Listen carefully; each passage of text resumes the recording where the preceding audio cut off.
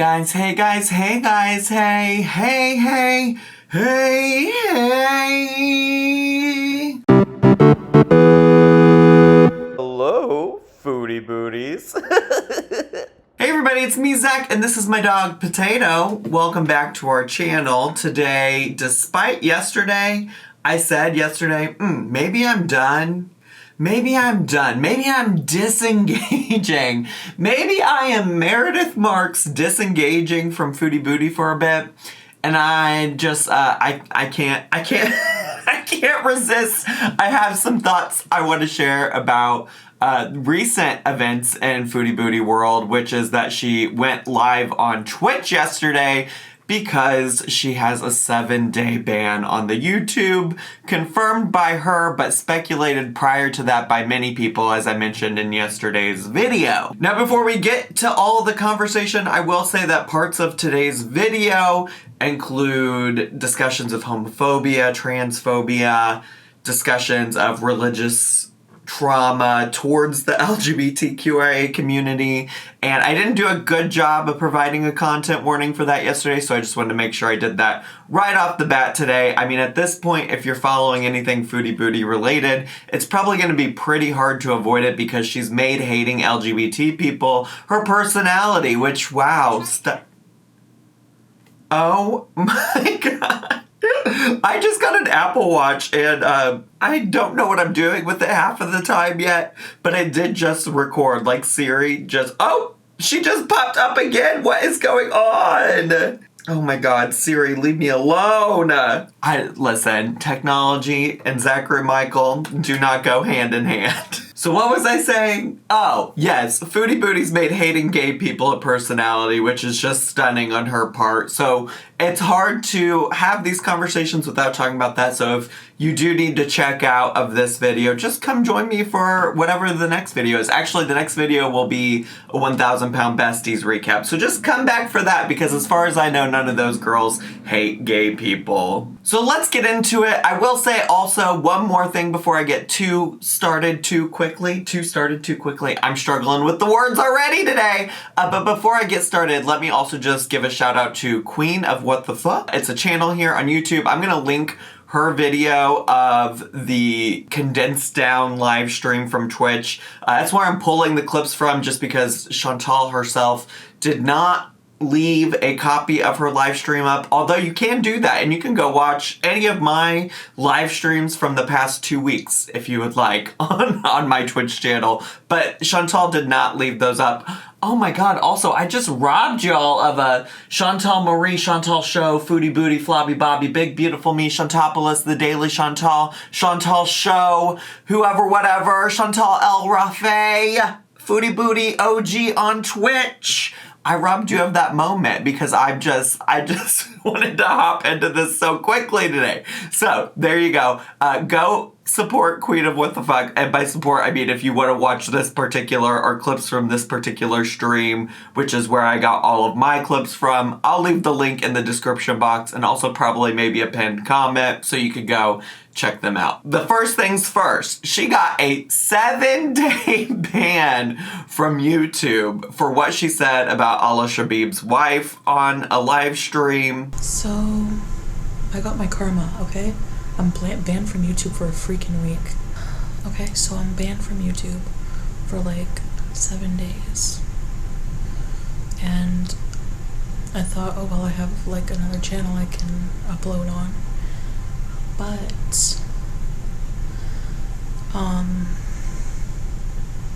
you can't upload anywhere on YouTube, so here's the safest bet. Banned for my video on that guy. And I have to say, even at the time, I think I made a video about that situation. It was definitely out of order, like coming for this man's wife who is not a public figure in any kind of way. I mean, she could probably say what she wants and be within her rights to say what she wants, in my opinion, about this guy who's making videos about her. I think that's chill. But his wife was never a part of the internet in that way, and it was really weird. And also, the way, and just in case you missed this, because somebody in my comments was like, Zach, I would have thought you would have stopped watching her after she made the comments about that guy's wife and the 4 black men.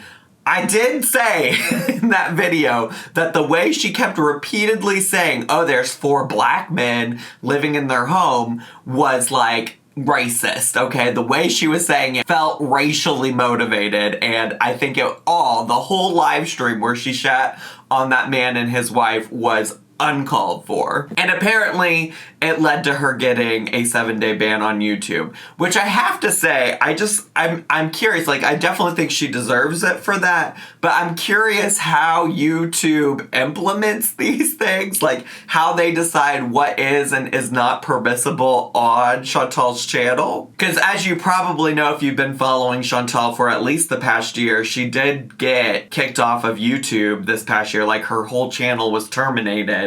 And it seems like in this case, it was just suspended for 7 days. But I'm just curious why, like, none of the other egregious behaviors she's participated in on her channel in the past year have resulted in a suspension or termination. But you know what? I won't complain, because I definitely think YouTube needs to do something about her in most cases and situations. So the stream outside of that seem to focus on 3 things, okay? Or at least that's the clips that were pulled from Queen of WTF, okay?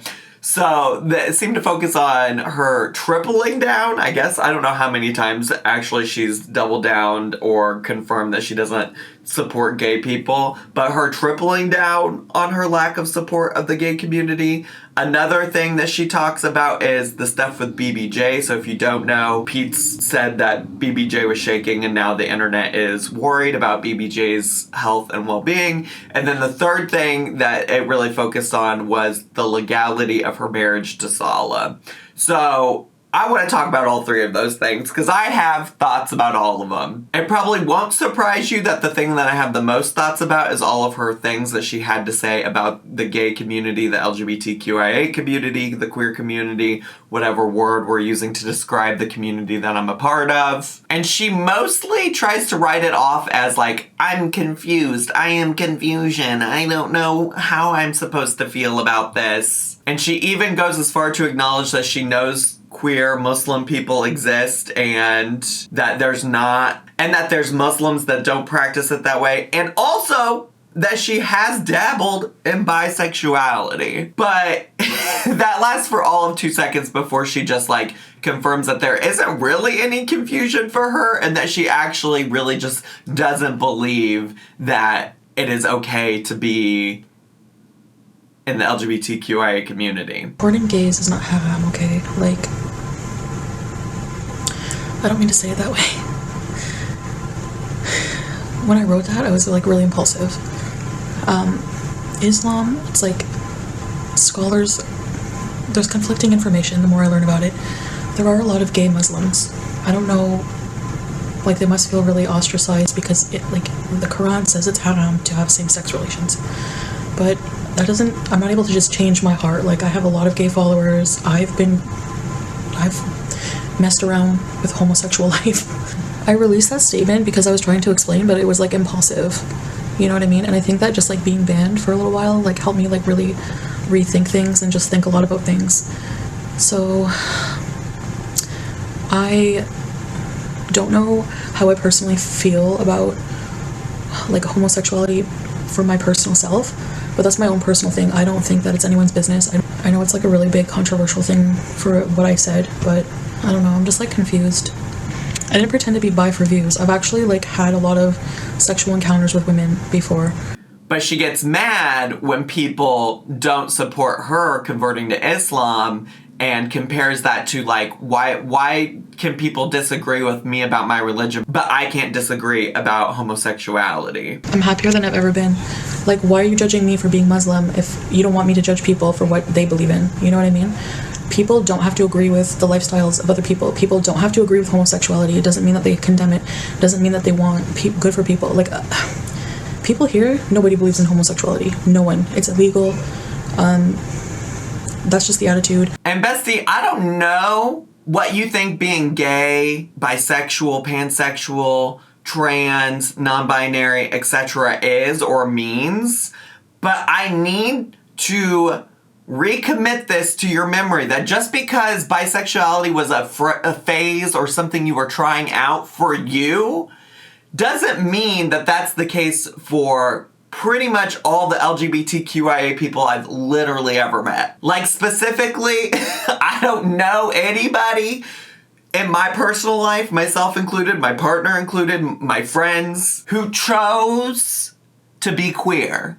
Okay, so I don't know what you think is going on where, like, me being queer is just something that, like, you get to agree or disagree with, because this is my life. And I think that that's the part that you're missing, the disconnect that you're missing with all of this, is that you think this is just something I picked out, like it's like a shirt, a t-shirt, or a pair of pants to wear for the day, and there's something that you can disagree with about it. But that's not the case. It's not like converting to Islam like you are, where people can have opinions and beliefs about what is the correct way to practice a faith, or what is the right faith, or what is the God that they're going to pray to. It's not like that, where there's multiple conflicting ideas and opinions on what those are going to be. No, there's no conflicting opinion for me. It's a fact that I wake up gay every day. So it's not something that's there for you to agree or disagree with, okay? This is something I've had to deal with my whole life, of people thinking that there is something to agree or disagree with. No, it's me. That's just who I am, okay? And I think I speak for a lot of other queer people when I say that. And she goes on to say that nobody in Kuwait believes in homosexuality and it's illegal. And again, there's nothing to believe in, right? Like, people are gay. People are having gay sex. People are trans. Okay, there's nothing to believe in. It's real. It actually exists. And to say that, you know, that there's not a possibility of anybody in Kuwait believing in it or supporting homosexuality, when there's literally, as I Googled today, because I wanted this statistic, there are 4.25 million people in Kuwait, Chantal. Statistically, there's at least one gay person there, let alone people who support the LGBT community, regardless of if they legally are allowed to do those things, okay? Just because they can't legally be open about that doesn't mean that those people don't exist. And it's interesting because you do in this live stream say that you don't want LGBTQIA people to be discriminated against for their orientation. Okay, I'm responsible for my words, but I don't have to agree with homosexuality if I don't want to. It doesn't mean that I think that homosexual people should be discriminated against. It doesn't mean that I don't think they should be killed. I don't think they should be targeted. I don't think that it should be illegal to be gay. But, like, what do you think an entire country making it illegal to be gay is doing, if not discriminating against them, okay? Like, I don't understand your logic here of using, like, this defense of, like, well, I'm in Kuwait and it's illegal here, but then saying you don't want people to be discriminated against? Like, how is this cognitive dissonance working in your head? Like, how can you claim that you support people and don't want them to be discriminated against, but then use the legality of it in Kuwait to defend your position? I believe in human rights for everyone just because I don't believe in the lifestyle of everyone.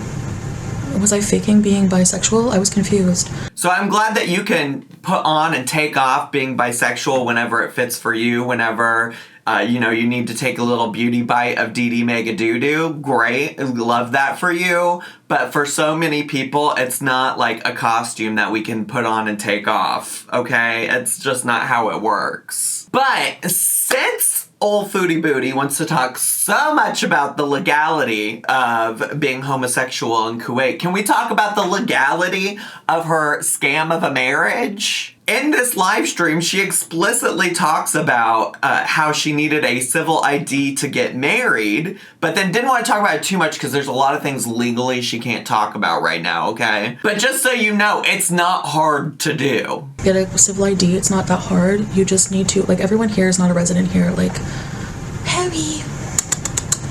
You have to get offered employment, and whenever you sign on with a job here, you get your civil ID. Because Salah has a business, that's how he has his ID. He can give civil ID to people who work for him. So if I wanted to work for him in his business, blah, blah, blah, we're going to do a warehouse tour actually and show you like the ins and out of his business. So what you're telling me is that your husband, who owns a totally legit, 100% legit business selling, I don't know, fancy perfumes, okay? You're telling me that your husband, who owns this business, can give out civil IDs to employees of said business. So you got a civil ID from your husband, but you're there on a tourist visa where you've already acknowledged, because people have brought up to you that they think it's illegal for you to be doing YouTube work while you're in Kuwait on a tourist visa. You've already brought up like, oh, you're not actually working in Kuwait or whatever. I don't remember exactly what your defense about that situation was. I don't much care. I think you're fine probably to make YouTube videos in Kuwait if you want. But like, people brought up that argument to you, so I know you're aware of how a tourist visa works. But you're saying that your husband offered you employment so you could get a civil ID so you could get married. So we're so concerned about following the law that we're going to use it to justify why you're uncertain about supporting the LGBTQIA community. But then you just get to do whatever you want with the law when it serves you well. Okay. All right. Okay. I see you, Miss Chantal. I see you. I see you exactly where you're at. I got you. But she does swear on Allah that she is legally married. So that's all it should take for y'all, because she's clearly a very devout Muslim. Yes, I swear on Allah, we're legally married. And then the last major thing that goes on and on and on in this video is about BBJ. And there are lots of people in her chat harassing her about, well, I don't know, harassing might not be a fair word to use, but bringing up the medical care and need of BBJ. And it's interesting because I feel like she started off the Twitch stream talking about how she was going to, you know, the very next day call the vet and make sure that BBJ gets treatment. I'm bringing BBJ to the vet no matter what. I already messaged Pete, so I'm gonna call the vet tomorrow morning, okay?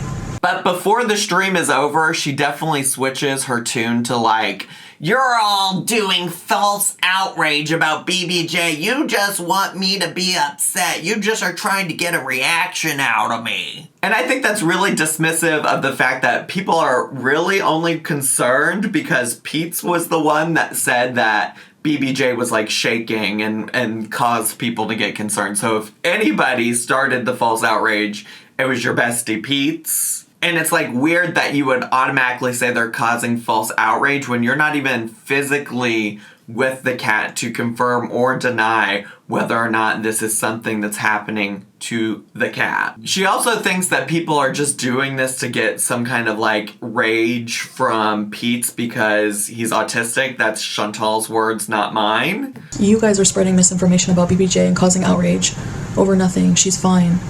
And then you want Pete's to rage, like knowing that he's like partly autistic. So it's like, what? I'm not mad. Do I look mad? And for what it's worth, Pete's did rage over this BBJ situation. Just shut the fuck up, people! For fuck's sake! The cat is fucking fine! Jesus fucking Christ, you fucking people are just goddamn tedious! Like, Christ, just shut the fuck up! She's fine! The cat is fucking fine! She's fucking fine, you idiots! Fuck off! Shut the fuck up! Hey, Rara. Just leave it. Just fucking drop it. Just fucking drop it. Drop the fucking thing. Just fucking drop it, alright? But in general, Chantal doesn't seem overly concerned about like prolonging BBJ's life. In fact, is kind of like saying like, listen, I'm ready to let her go. She's literally a 20-year-old cat. She's going to pass away, and I'm going to bring her to the vet when I get home, and if she's suffering, I'm going to put her down. You can be mad at me and call me an abuser all you want, but euthanasia is actually very humane. Like, she's 20. I'm not going to get her, like, tested for all kinds of things when she probably doesn't have much time left. I know that sounds cruel to people and maybe shocking, but she's just old. Like, I'm not going to put her through that. I'm not going to put her through medication and treatments. I'm not going to do that. I'm not going to do that. And I might euthanize her before I come back here if she's in a bad way. And to some extent, I get that. I think that there are times where people have very old pets that have just like so many health problems that it is more inhumane to like prolong that kind of a life for them. But that doesn't, I don't know. I guess the thing that I'm seeing people taking issue with is that Chantal doesn't even know if that's the case, right? Like, Chantal doesn't know if there's like a health problem or like what the situation is. Because I could certainly see a world where it's like, yeah, in order to make sure that this cat keeps living, we're going to have to do a surgery. We're going to have her on 12 different medicines and all sorts of things like that. And then it might be like, well, wow, is this really worth it? Is this going to put her through so much like pain and suffering? Or is it more humane to just like put her to sleep while she is in a better place? But Chantal doesn't know that. Like, Chantal doesn't know that because since this new situation of the shaking has come up, we haven't even taken her to the vet again. It's been, I think Chantal said in this stream, like 6 months since she took the cat to the vet. And I've never had cats, but I know Judy as a senior dog. We take her to the vet 2 times a year, every 6 months. So it probably is about time to go check in and make sure that BBJ is doing okay. So I'm not saying I don't understand where Chantal could be coming from, but I do understand why people are frustrated because she's saying all of these things with no real accurate knowledge of how well BBJ is or isn't doing. Like, she says she checks in with BBJ over FaceTime or whatever with Pete's every day, but like, how can you know from a short FaceTime call how a cat's lived experiences throughout the day, you know? Like, I just am not convinced she knows enough to say, like, what she should or shouldn't do with this cat's life. Not to mention that this is an ongoing storyline for Chantal, right? Where she keeps talking about the idea of euthanizing her cat. Like, she's had so many conversations about that on this channel at this point that it's concerning, and it almost feels like she's eager to have it done, and that is also the issue that a lot of people take with it. And that's about it. That's about all that there was to it. I know that doesn't seem like a whole lot, but I do just want to say I feel like it is justice and karma that homegirl got yeeted for 7 days. I think that's so funny. And you play stupid games, you win stupid prizes. You know what I'm saying? And like, she really decided Kuwait was going to be the place that she fuck around, and she's finally finding out. You know what I'm saying? You feel me? So I'm pleased. I think people might take issue with that because I remember people took issue with me taking pleasure in her channel getting yeeted back in, I don't know, 2022, whenever that happened. But like, she's lived so much life on YouTube without any kind of consequence, and I'm happy to see it happen. I have little to no sympathy for a self-proclaimed bigot who doesn't support the LGBT community amongst all of her other bigotry that she's displayed on her channel over the time that I've watched her on YouTube. So, good riddance, and I guess I'll still be here probably whenever she finally does make it back to the YouTubes. Anyways, that's all I have time for today. I hope you enjoyed today's video. I'll be back tomorrow with a recap of the 1,000 Pound Best Friends, the hit TLC TV show, if you are unaware. So come check that out. Come have a good time over there. But in the meantime, between time, if you're brand new on my channel, make sure to subscribe down below. Hit the bell button so you get a notification every single time I post a new video. Make sure to leave me a comment, hit like, click share, and follow me on all of my social media. I had so much fun today, I guess. I hope you did too. And I'll see you all next time. Bye!